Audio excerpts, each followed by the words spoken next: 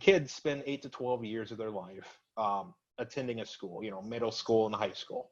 That's in their local area. The question is, what do these kids need in these 8 to 12 years from between their house to their school and everything in between, being the walk to school? Do you have very, very nice sidewalks, wide sidewalks that you and a buddy can walk side by side next to? Are they clean? Are there lights out there? Are there benches? These are just the general standards that we always have for big new economic development projects that a lot of times do use a lot of taxpayer dollars. And at the end of the day, those projects are made to attract more people.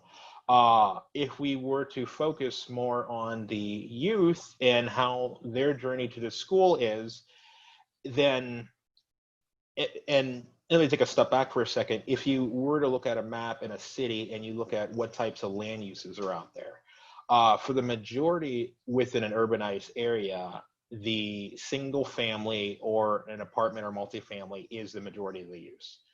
Outside of the highways and the state highways and the busier roads, you do have commercial and other opportunities for fun, but for the majority of land use is single family, or it's for living, it's for family living or people living.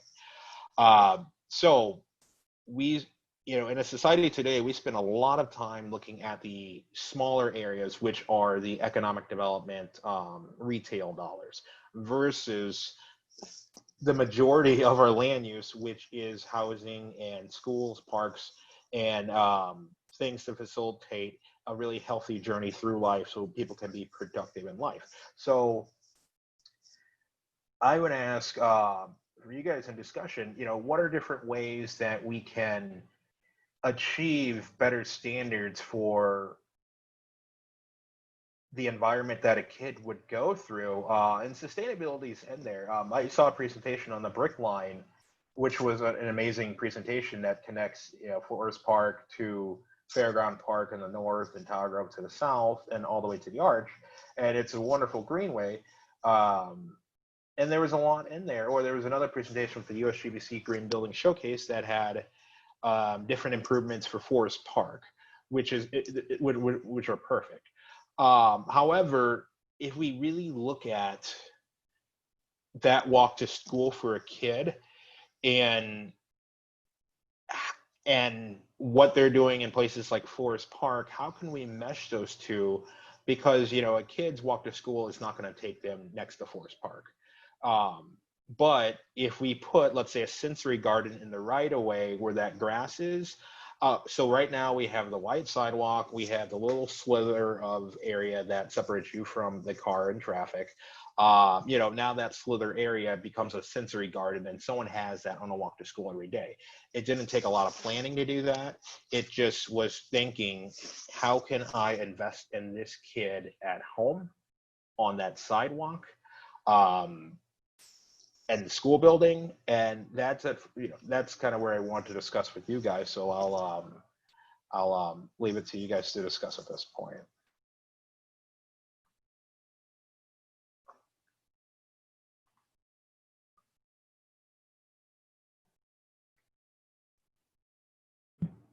Is there anything you're working on currently with the city of Olivette that's focused on that walk to school and sidewalks?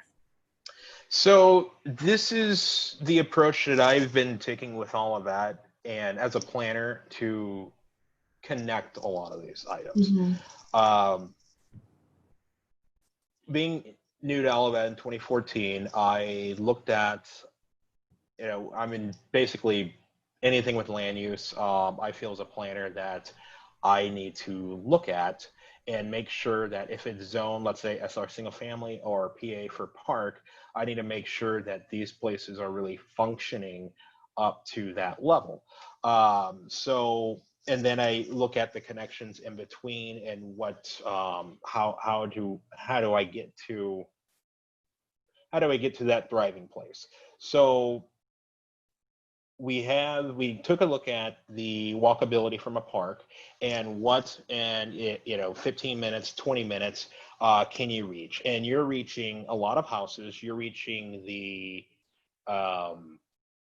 Olive Boulevard, which is the economic development, the retail corridor. You're also reaching 39 North, which just popped up. So you're reaching all those things. And I look at it as we have traditional zoning, which separates SR single family, residential from retail economic development. My thing is, if your school is in that sphere of influence, let's say a half a mile from a school, you have a retail area, you have parks, and you have houses.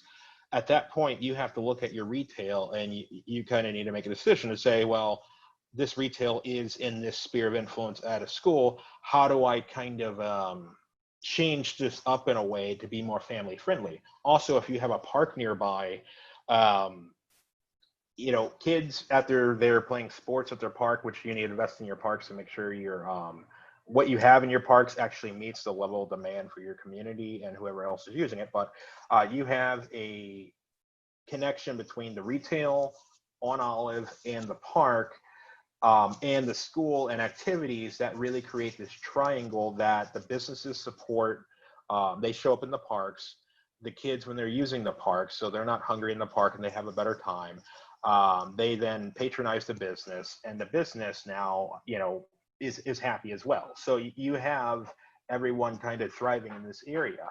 So over time, we did do a parks master plan that looked at, and it was very nice from the Lawrence Group and others that did a great plan for us. And we just passed Prop C, which is to do some kind of sales tax or some type of financing basically for the park. So yes, all of that is, we don't have an actual plan for equity. It kind of comes at this point organically through the people in a way, because these things kind of just make sense. And when you look at it more with more data, it kind of makes sense at that point.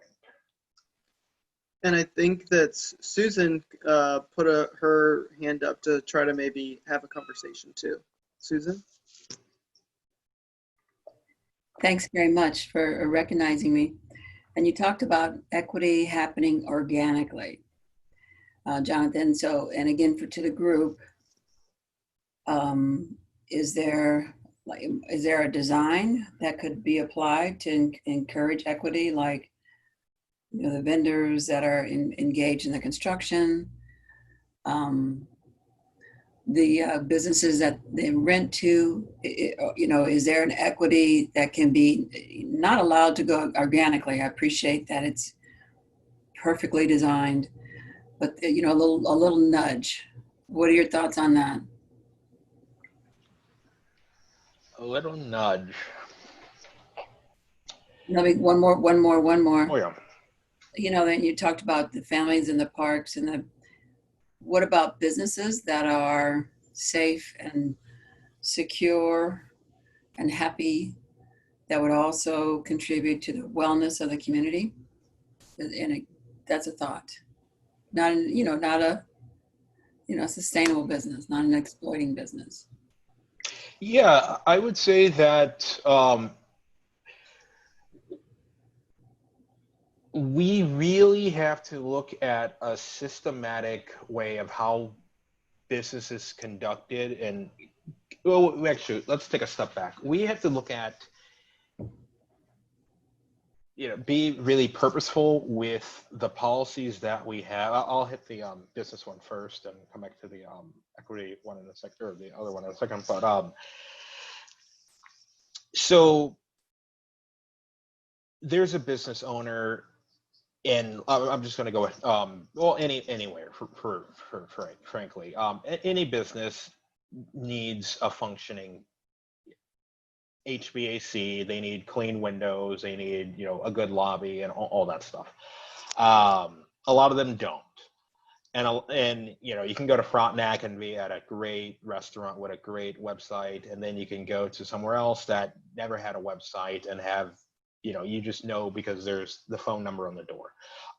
We have to look at they are different and they're on different levels, but we have to look at what their impacts are. You know, the Business in Frontenac probably employs a lot of people, and that's great, but the local business that it might employ up to maybe 5 people, and the 5 same people for the last, 20, 30 years, depending on the longevity of that business, that's just equally as important, because with those people, they're living out a dream of running their own business and having their own local, usually, employees.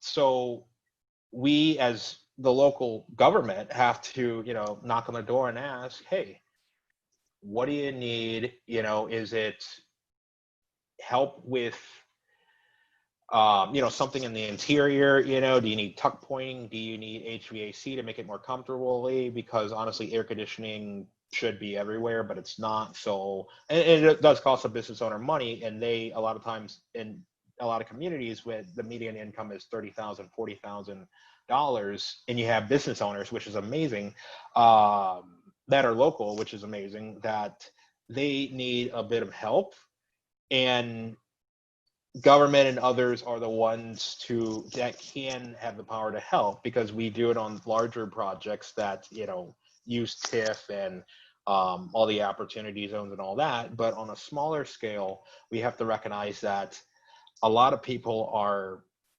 they're just mothers and fathers with a family that are running it. They might be, even their parents or grandparents don't speak, English. So they're forced to just be in a restaurant because it's just easier that way for them to, make a living while they're a language barrier. So as a government, we look at, how do we state, just like a TIF, where, well, this area is blighted, so for not this money or this tax break that I'll give you, this project wouldn't have moved forward. So how can we say, if there's a strip mall with, 2 out of 4 that are vacant, how can we say, we'll give you this tax break, and you then can do more, you have more money and more capital, or the government helped you with that or some way or whatever. They now have the capital, and it only took $5,000. A lot of TIF projects are TIFing away $1 million, $200,000. Some of these businesses, honestly, at the end of the day, just need another $5,000 to $10,000 to go. So we have to recognize, we have to recognize there's a difference, but who are we working for? Because it really doesn't help at the end of the day to demolish something that we call was blighted, when 10 years ago, all they needed was $10,000 as a loan, 0-interest loan or a grant. And instead, 20 years later, now we have to hire more police because there's more broken windows, because no money was invested just to fix a window. Therefore, it got worse over time, and now we're spending out more later on. So we have to recognize that the early on investment is much better than the end result of a blighted area where people waited 20 to 30 years just to get, a property redone. So I think regarding the nudge, because a lot of this, you're right, a lot of this needs to happen today, because there are a lot of projects. The NGA project is in North St. Louis, and that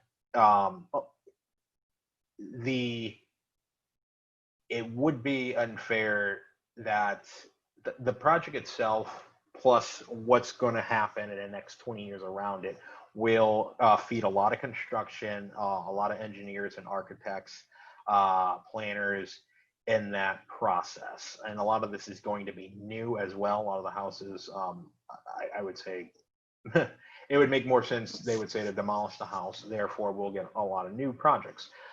These will be big projects. So how do we get into that process more? I would say within a 3-year time span, it would be great to, because we know the projects are going to happen. We know, there aren't, right now we have the advantage of time, because, the NGA is going up, but the stuff around it will happen over the next, again, 20 years. So we have at least the next 2 or 3 years to start training people. The employees that you need is what, who are the employees that you need to hire at your firm, and how do we make sure that you get well-educated people. You know, if you're hiring college students, then we need to make sure that that's a great fit and they're trained to be ready for that. If there are people who are rerouting their career or they're an engineer and they're coming, you know, they have interest in this, we want to make sure that people share knowledge. You know, the people who used to be on these projects, you know, the one, I guess, one black firm or minority firm out of, you know, the 20 others, talk to those people to see, okay, what do I need to do? And actually, don't just talk to them, talk to everybody. There's a lot of knowledge there, and we need to, in order, one of the things that hasn't happened over time is we really aren't, a lot of people aren't friends. We're really disconnected. There has been a disconnection there. And when you start, you know, when your face is there, you speak to people, you're attending these things, you're learning, and they learn to listen a little bit more than just talk, I guess. And then as you guys kind of grow, you learn what you need to do to get on this project, and they know that, hey, this is a firm, and that's kind of, I guess in the next 1 to 3 years, I would say the education thing, talking to a lot of these firms. And not everything works, but, you know, give it a shot, because a lot of times we haven't, you know, done that. So I think that might be a way forward. Jonathan, I really like the intentionality you're speaking about in design and participation and equity. And you said something very important and critical about how a small family business would only need a 5 to 10K TIF to keep them going. And something else, the visual of, you know, the safety and the security of children, you know, going from home to school.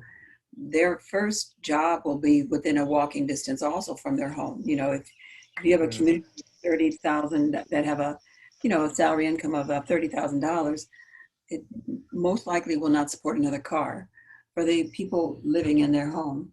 So again, that a teenager from Olivette won't walk to North St. Louis to participate in the NJA, but again, you know, again, I see Angela gave me a book called Nudges. You know, the health of the community depends on their ability to make money in a safe environment that doesn't harm their health or their safety. Thank you, guys. This is brilliant information. And one of the things that even I remember that we had with the USGBC program was with forest relief last year in February.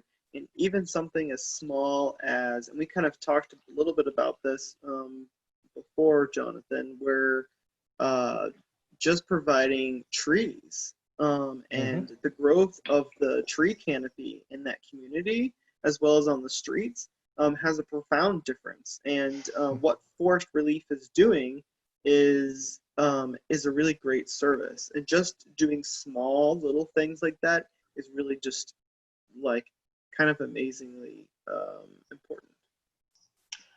And I would go back to that nudge, and thank you, Brandon. That nudge.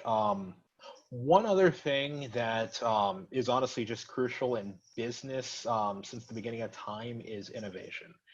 So one thing important on a sidewalk to and from school, you know, I mentioned the sensory garden. There are other things that we can do or that shouldn't be there. You know, you shouldn't have really tall fences at a kid's face, but you really should have other things.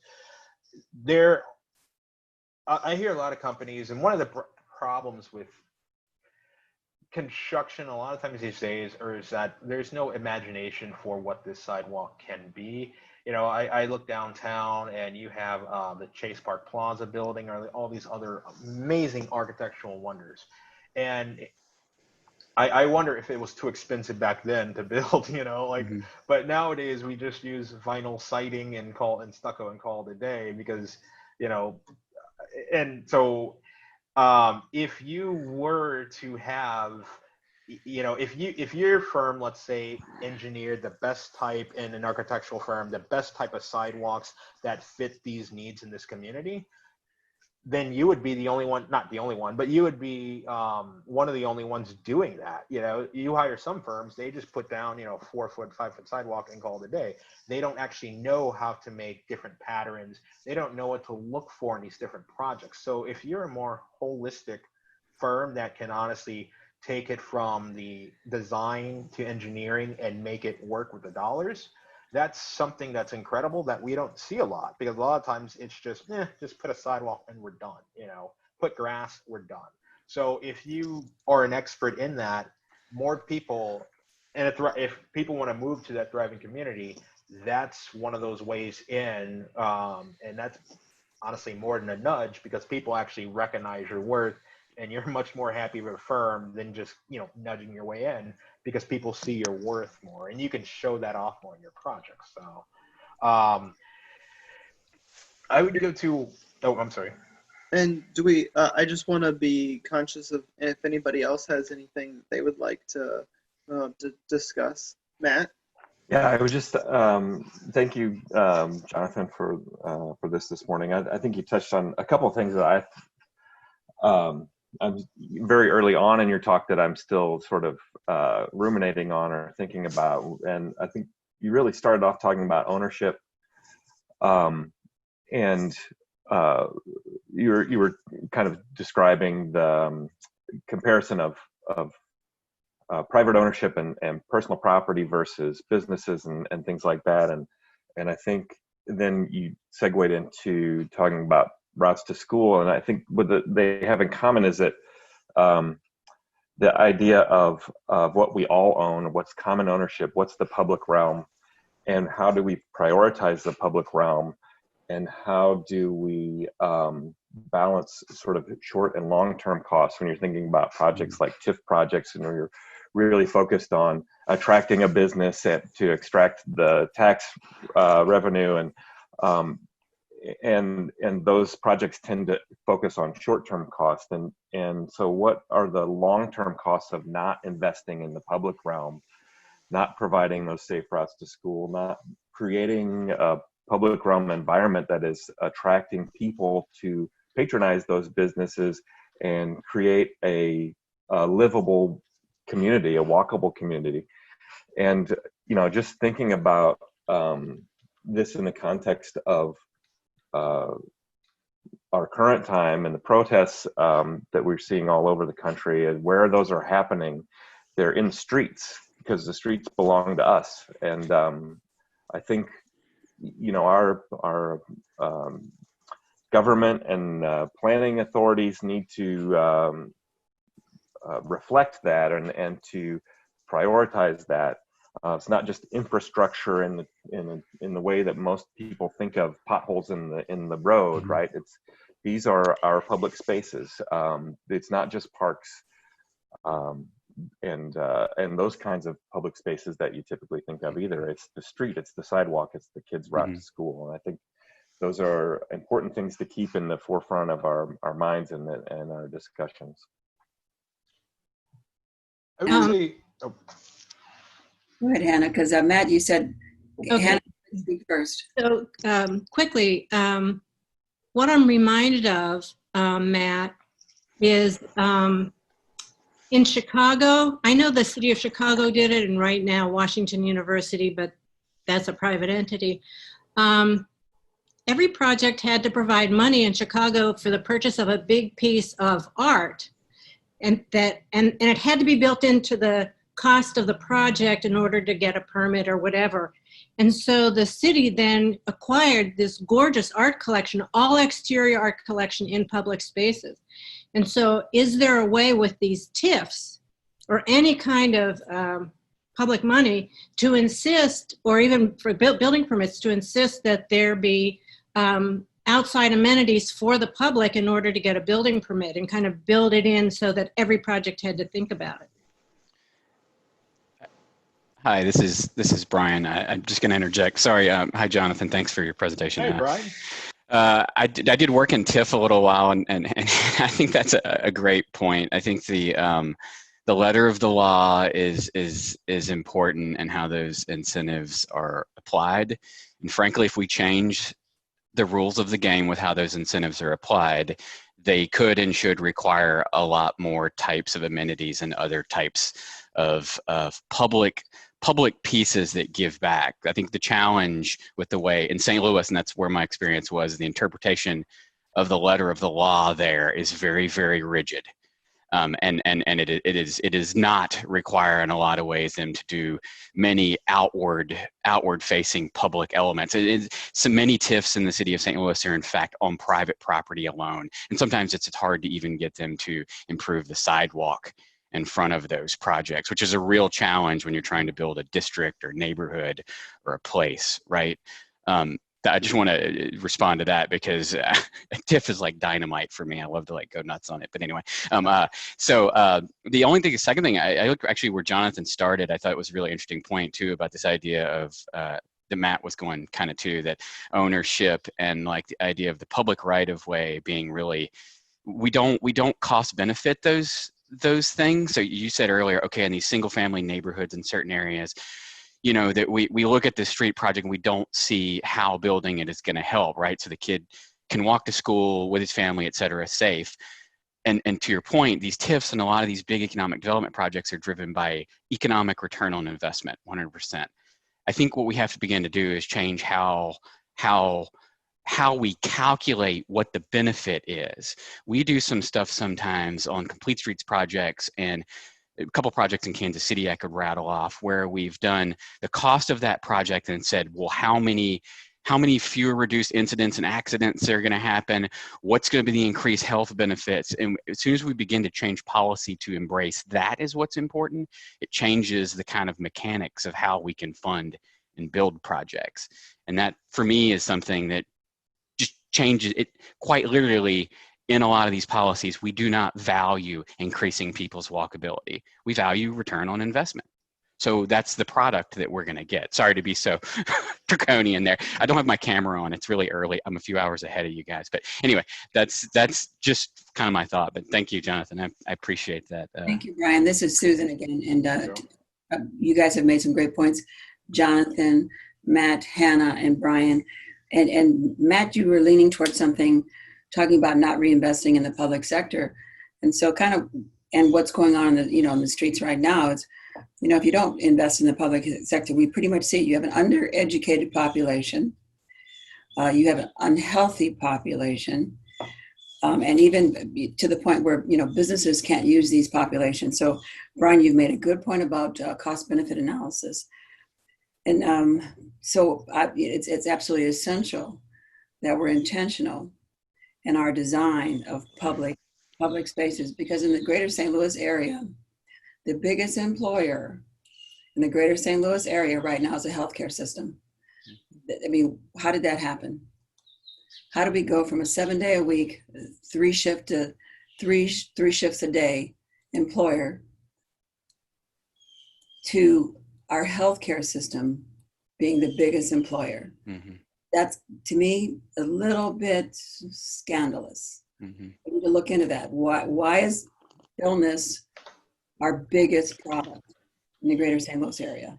I agree. Hannah, I know that you kind of had your hand up. Right.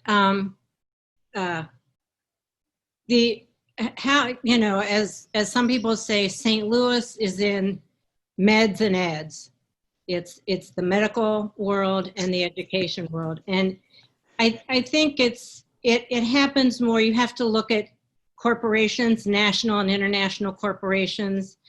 And, St. Louis, if you go back to the 1950s, was headquarters to some of the biggest, best American corporations. And their decision to move out has nothing to do with St. Louis. It has to do with investment, mergers, acquisitions. And I think cities are really powerless to change that. And so in some ways, St. Louis is very lucky to have two huge universities with huge medical centers. It brings in a lot of grants. It brings in a lot of highly trained professionals. And it also brought us Cortex, which is the envy of cities all across the country. I think how corporations decide where to locate is, far beyond.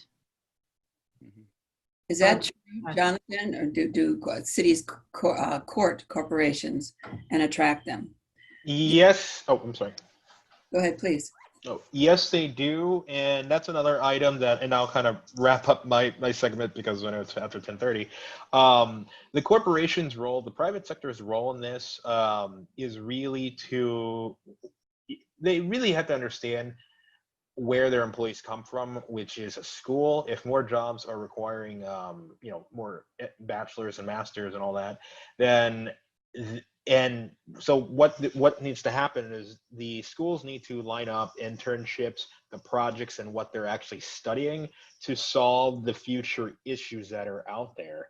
And basically, if they're prepared for that, they can go to public sector, private sector, and do well. Another item in how cities court people, we really have to look at how this route of a cortex and how that, or 39 North, the concept of an innovation district, which is actually another talk I'm giving later on, which I'll, if you're interested, please email me about. Basically, an innovation district is the concept, the suburban office park is way out in the middle of a green field with one suburban community around it. Everyone drives to it.